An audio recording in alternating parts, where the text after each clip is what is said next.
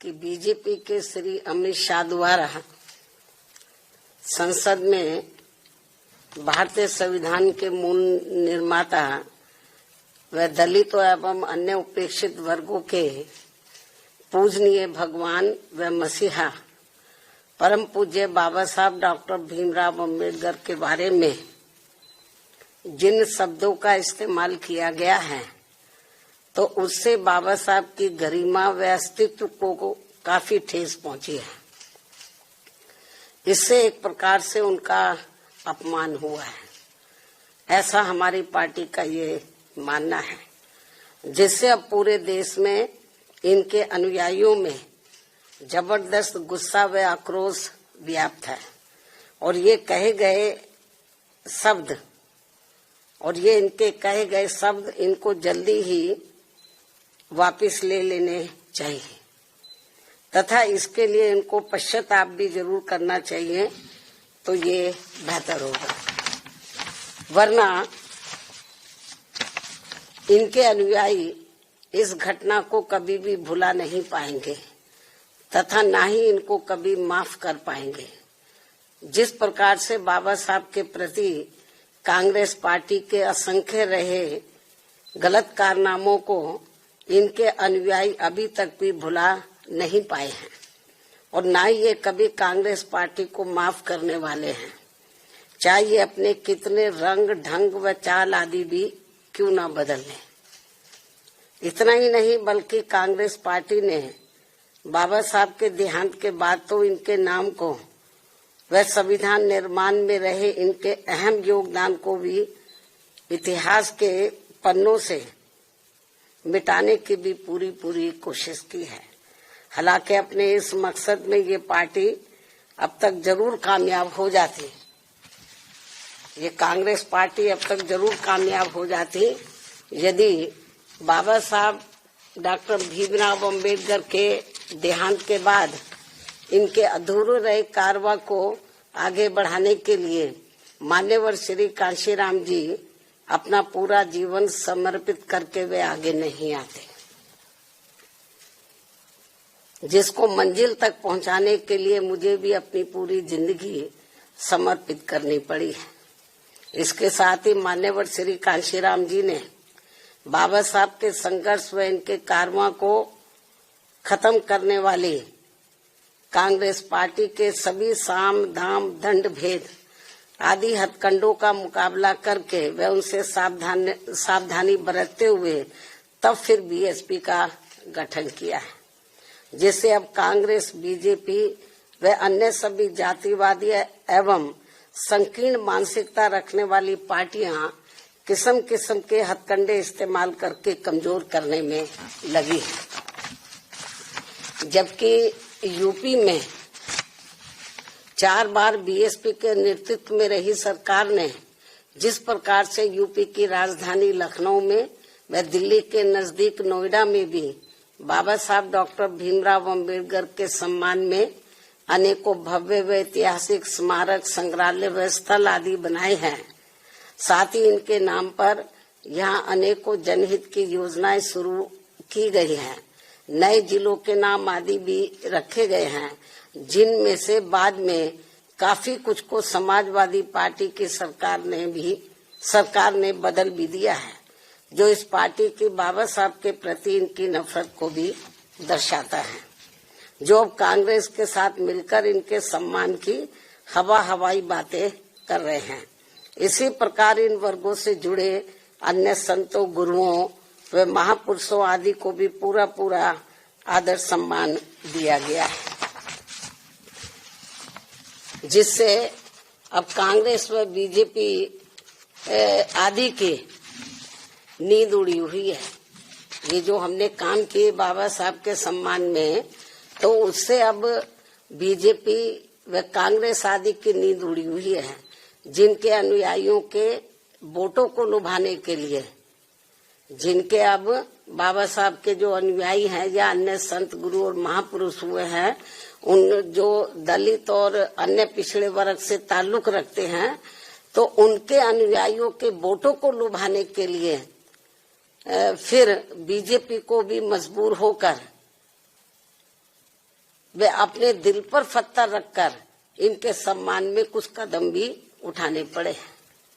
और अब कांग्रेस पार्टी भी बाबा साहब के दलित व अन्य उपेक्षित वर्गों के वोटों को लुभाने के लिए आए दिन किस्म किस्म की सियासत करने में लगी है।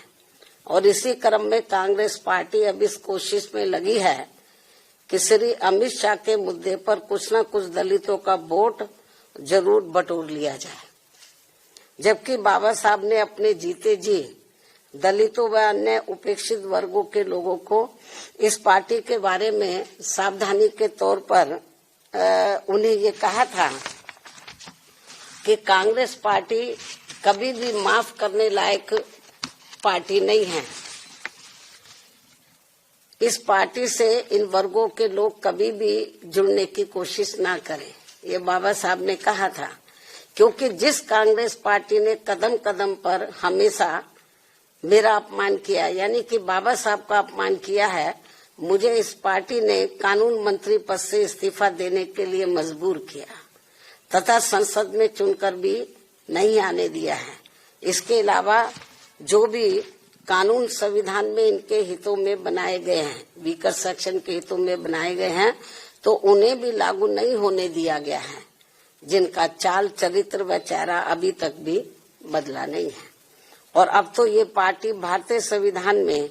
इन वर्गों के मिले आरक्षण को ही सही वक्त आने पर खत्म करने में लगी है। और इन सब मामलों में बीजेपी भी हमें कोई पीछे नजर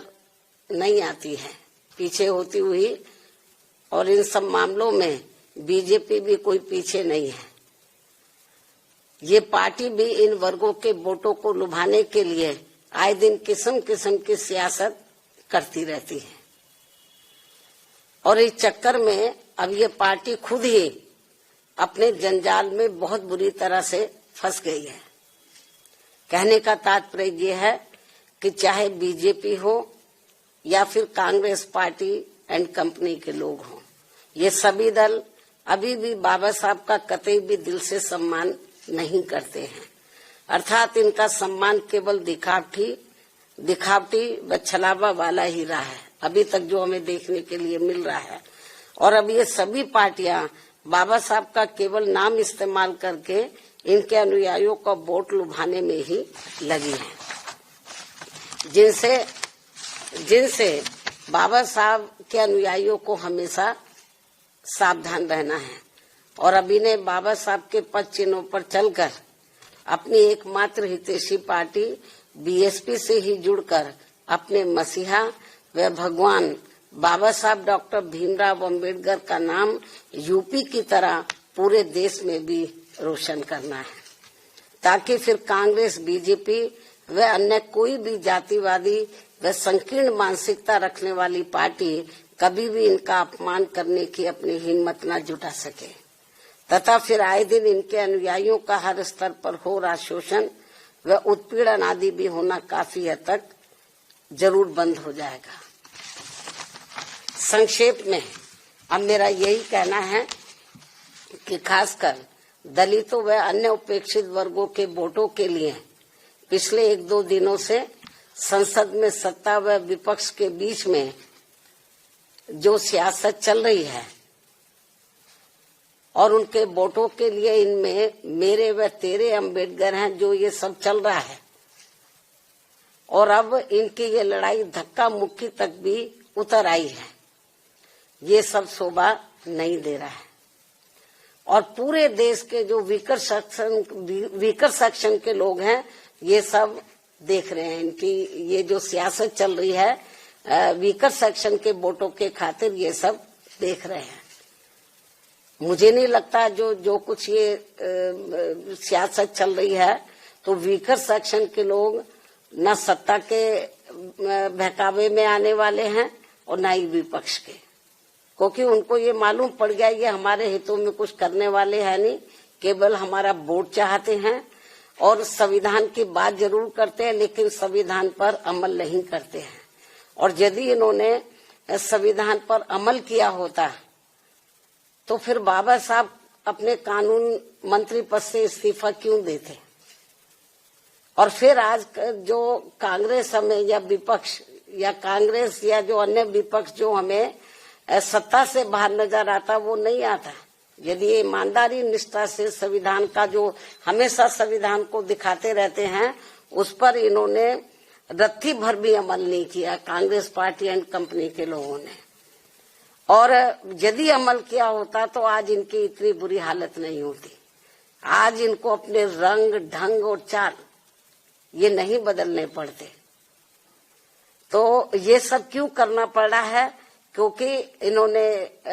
इनको जो वीकर सेक्शन के लोग हैं, दलित व अन्य उपेक्षित वर्गों के लोग, तो इनको ये सोचा कि इनको किस्म किस्म के लालच देकर गुमराह इनको किया जाए, इनके लिए कुछ किया ना जाए। जैसे सदियों पहले ये गुलाम और लाचार बने रहे हैं और यहाँ जातिवादी व्यवस्था के शिकार बने रहे हैं, इनको कभी भी अपने पैरों पर खड़े ना होने दिया जाए। इस मामले में चाहे सत्ता है या विपक्ष है, इनकी सोच नीति नियत लगभग एक जैसी है, ये भी मैं बताना चाहती हूँ। तो इसलिए मेरा यही कहना है कि ये जो इनके जो अभी तक ये जो इनकी ये शासन चलती रही है इस किस्म की, और फ्री में, और ये लोग सोचते रहे कि इनको कुछ दिया ना जाए, इनको अपने पैरों पर खड़े ना होने दिया जाए और इनको किस्म किस्म के लुभावने वायदे करके गारंटी देकर इनका वोट ले लिया जाए। अब ये लोग इनके बहकावे में आसानी से आने वाले नहीं है। तो बल्कि यदि ये चाहते हैं कि वीकर सेक्शन इनके साथ जुड़े, तो इनको चाहे सत्ता विपक्ष है तो इनको बीएसपी के बताए हुए रास्तों पर चलकर जो इस देश में दबे कुचले लोग हैं उनके हितों में बाबा साहब का सम्मान करने के साथ साथ इनके अनुयायियों को संविधान का पूरा लाभ देकर इनका दिल जीतना होगा। जो अभी पार्लियामेंट में जो इसके साथ जो वहाँ पे सियासत जो चल रही है, इससे ये वीकर सेक्शन का दिल नहीं जीत पाएंगे। जो ये संभव होता हुआ नजर नहीं आ रहा। मुझे नहीं लगता कि ये लोग कुछ अपनी सोच में नीतियों में परिवर्तन कर पाएंगे। ऐसे में इनको इनकी इस दिखावटी यानी कि जो दबे कुचले लोग हैं या दलित वर्ग के लोग हैं, तो इनको इनकी इस दिखावटी व छलावा वाली सियासत से जरूर बचना चाहिए। और अब मैं अंत में सत्ता व विपक्ष को ये चेतावनी भी दे रही हूँ, यदि इन्होंने दलितों व अन्य उपेक्षित वर्गों के वोट के खातिर अपनी ये सियासत बंद नहीं की, तो फिर हमारी पार्टी को इनके विरुद्ध पूरे देश में आवाज उठानी पड़ेगी और इनका फिर पूरा पर्दाफाश करना पड़ेगा। इसलिए सत्ता और विपक्ष को तो बाबा साहब का नाम का इस्तेमाल करके ये जो इसकी आड़ में ये वीकर सेक्शन का जो वोट लेने के की जो सियासत कर रहे हैं, तो ये अब इस सियासत नहीं चलेगी, क्योंकि जो वीकर सेक्शन के लोग हैं तो अब वो काफी जागरूक हो चुके हैं। बाबा साहब ने काफी हद तक इनको जागरूक किया। उनके ध्यान के बाद बीएसपी ने इन वर्गों को काफी हद तक जागरूक किया। मैं फिर इस बात को दोहराना चाहती हूँ कि यदि बीएसपी नहीं बनी होती तो अब तक ये बाबा साहब का नाम मिटा देते और जो संविधान में दबे कुचले लोगों को कानूनी अधिकार मिले उन्हें खत्म कर देते। ये तो बीएसपी की वजह से इनकी मजबूरी है। तो इसलिए जब उसमें ये कामयाब नहीं हो पा रहे हैं तो ये लोग अब सोच रहे हैं कि इसके बाद इन्होंने बीएसपी को खत्म करने का प्रयास किया कि बीएसपी को ही खत्म किया जाए, तब दबे कुचले लोगों का वोट पड़ेगा। तो इन्होंने छोटी छोटी पार्टियां बनाई स्वार्थी किस्म के लोगों को इस्तेमाल करके, ताकि इनका चुनाव में वोट बढ़ जाए। ये सब किया इन्होंने। तो लेकिन इनको लगा कि बीएसपी फिर भी कमजोर नहीं हो रही है, तो अब इन्होंने ये नई नोटंकी शुरू की है, नई सियासत शुरू की है जो ठीक नहीं है।